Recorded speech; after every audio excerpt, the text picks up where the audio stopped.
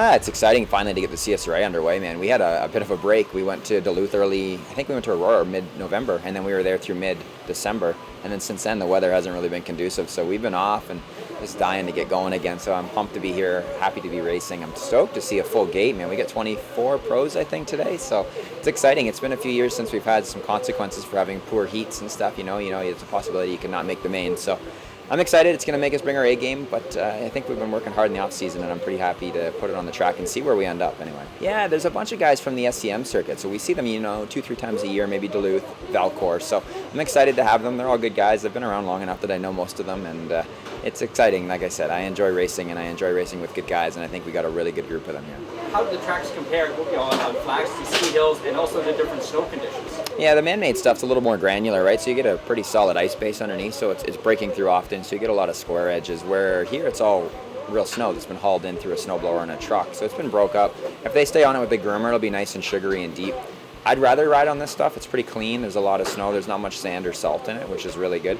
The man-made stuff is a lot more work to keep sugary, but we know that again. So when we go to the ski hills, they've been packed all year, so we know there's an ice base under there, and we're just kind of prepared for that. But that's part of racing, man. Everything can't be the same. So.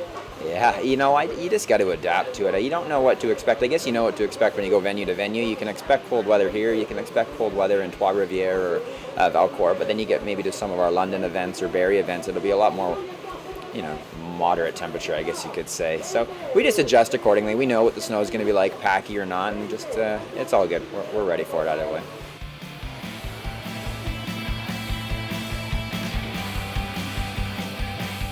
What's it like when you get back into the groove, the training, getting back in shape for the first run with the sleds through the season? What's it like spending hour after hour, week after week on the road with these guys? Personality matching is everything, and we've had some really good crews over the year, and some people move on to other things, and that's just part of evolution, I guess you would say. But pretty fortunate to have been involved with a lot of great people over the years, and I'm happy to still have a good crew behind us. We've got some new faces this year, but it's okay. They're familiar, we know them, and I'm really looking forward to what this year's got to bring. The first one's always a bit of a question mark, but I know in my mind we've worked hard, and I know what I can do on the Snowmobile, so we'll go put it out there and see where we end up.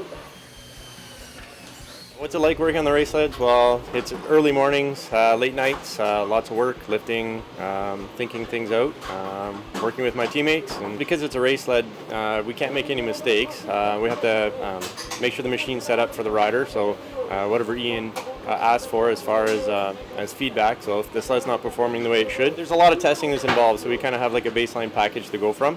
And different tracks require different setups. And you're always fine-tuning things. Depending on snow conditions, hard packed corners, ice, things like that. So there's a lot of adjustments that we can do. It's not like a trail set that you just gas, oil, and go kind of thing. There's a lot of specific things that we can change here. So ultimately, if Ian's not happy or comfortable on the sled, we have a lot of work to do.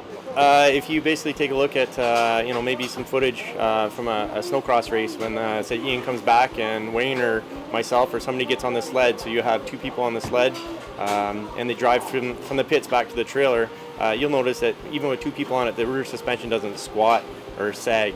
So, a normal trail sled, you can get one rider on it and you can step on it, or you can stand and grab the bars and rock the sled back and forth. A setup like that wouldn't work very well in conditions like this. It's definitely a lot stiffer. Beginning of the race, the whole shot, if he can get out in front, he can, maintain that with his skill and his ability. So these sleds have quite a significant lug for the traction. So we're probably running 2 inches plus, depending on what kind of track condition we have. 96 studs, depending on what kind of setup we have. So traction is ultimately very important under these conditions. Team effort, that we want to make sure everybody's successful, but it's nice to have a little, if Ian's got a smile on his face and he comes back, that's all the thanks that I need. It makes all that hard work, worth it, kind of thing.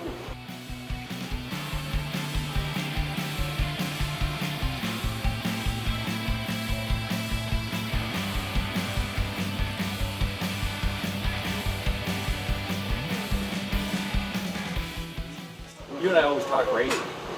Do you ever get to actually go riding? Like Yeah. just Once a get on year. a trail? What's it like when you actually get on a trail? I enjoy it. I don't enjoy the tight, twisty, slow, heavy traffic. Thank God I race every weekend, so I don't have to trail ride on the weekends. I don't like that.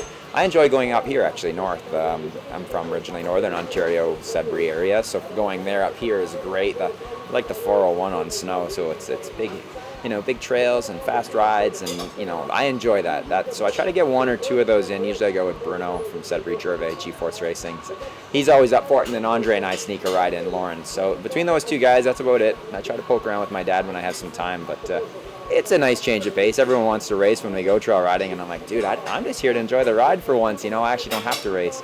It's two completely different things, and really the trail's not the spot to be racing anyway. It's meant for the track, so I just enjoy the ride. I got a big high windshield and a long track, and just enjoy it. It's good. My snowmobile here, I need it to be stiff. I need it to be compliant initially, but have really good hold up. I can't have it blowing through on the holes. It needs to be really stiff.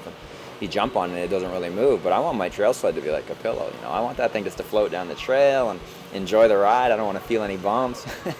It's a complete opposite, but yeah, I got a big window on it. I got hand guards on it. I want to be warm and enjoy the ride. I don't want to try to look the part on the trail. I'm okay with doing that here and then stay warm on the trail.